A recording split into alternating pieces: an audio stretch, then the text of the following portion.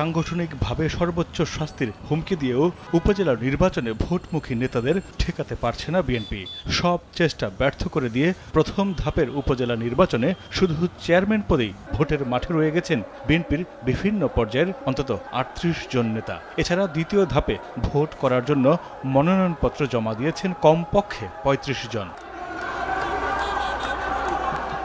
এর পাশাপাশি বিভিন্ন উপজেলায় ভাইস চেয়ারম্যান ও নারী ভাইস চেয়ারম্যান পদেও লড়ছেন বিএনপির সংশ্লিষ্টরা। কেন্দ্রীয়ভাবে বর্তমান সরকারের অধীনে সব রকম নির্বাচন বর্জনের ঘোষণা থাকলেও ব্যক্তিগত ইমেজ, পারিবারিক ধারা, আঞ্চলিকতার হিসেব নিকাশ, এলাকার অবস্থান দুর্বল হওয়ার আশঙ্কা, দীর্ঘদিনের জনবিচ্ছিন্নতা কাটানো সহ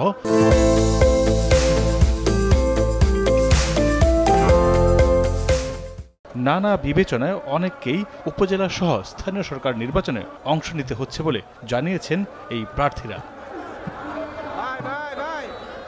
তবে বিএনপির নীতি নির্ধারকদের মতে ক্ষমতাসীন দলের চাপ ও ফাঁদে পড়ে দলের কেউ কেউ প্রার্থী হয়েছে। তবে দলীয় সিদ্ধান্ত উপেক্ষা করে যারা নির্বাচন করবেন শিগগিরই তাদের বিরুদ্ধে সাংগঠনিক ব্যবস্থা নেওয়া হবে। ইউনিয়ন পরিষদ নির্বাচনে প্রার্থী হওয়ায় গত রোববার পটুয়াখালী ও কক্সবাজারের ২ নেতাকে দল থেকে বহিষ্কার করা হয়েছে। উপজেলা নির্বাচনে প্রার্থী ও তাদের অনুসারীরা জানান, এমনিতেই টানা প্রায় ১.৫ যুগের বেশি সময় ক্ষমতার বাইরে বিএনপি। প্রতিষ্ঠার পর থেকে এত লম্বা সময় কখনোই ক্ষমতাসীন থাকেনি দলটি। দীর্ঘদিন ধরে ক্ষমতা ও নির্বাচনের বাইরে থাকলেও স্থানীয়ভাবে বিএনপির অনেক নেতা প্রভাবশালী হিসেবে প্রতিষ্ঠিত। অনেকের পূর্বপুরুষ কিংবা পরিবারের সদস্যরা দীর্ঘকাল নিজ এলাকায় জনপ্রতিনিধি হিসেবে দায়িত্ব পালন করেছেন। পারিবারিক ধারাবাহিকতা বজায় রাখতে তারা নির্বাচন করছেন।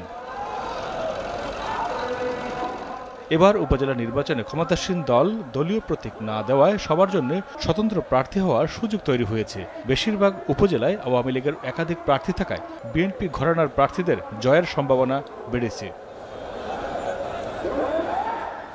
গত ১৫ এপ্রিল বিএনপির সর্বোচ্চ নীতি নির্ধারণী ফোরাম জাতীয় স্থায়ী কমিটির ভার্চুয়াল সভায় উপজেলা নির্বাচন না করার চূড়ান্ত সিদ্ধান্ত হয়। তবু দলীয় সিদ্ধান্ত এবং নেতাদের সব অনুরোধ উপেক্ষা করে অনেকেই উপজেলা নির্বাচনে অংশ নিচ্ছেন।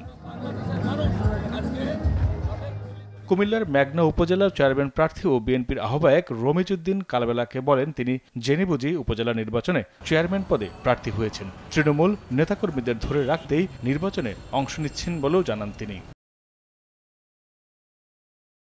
চাঁপাইনবাবগঞ্জের ভুলহাট উপজেলা চেয়ারম্যান প্রার্থী ও উপজেলা বিএনপির আহ্বায়ক বাবর আলী বিশ্বাস বলেন, এলাকার জনগণ ও তৃণমূল নেতাকর্মীদের চাপেই নির্বাচনে অংশ নিয়েছেন তিনি। বিজয়ী হয়ে তাদের আশা পূরণ করতে চান।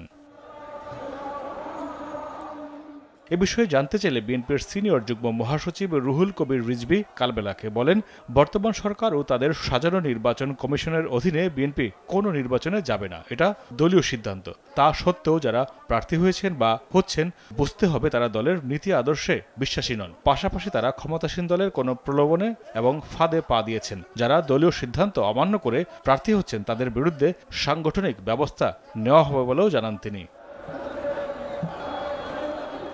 মাইদুর রহমান রুবেল, কালবেলা। অতএব আমরা ভবিষ্যতে খানা ঘেরাও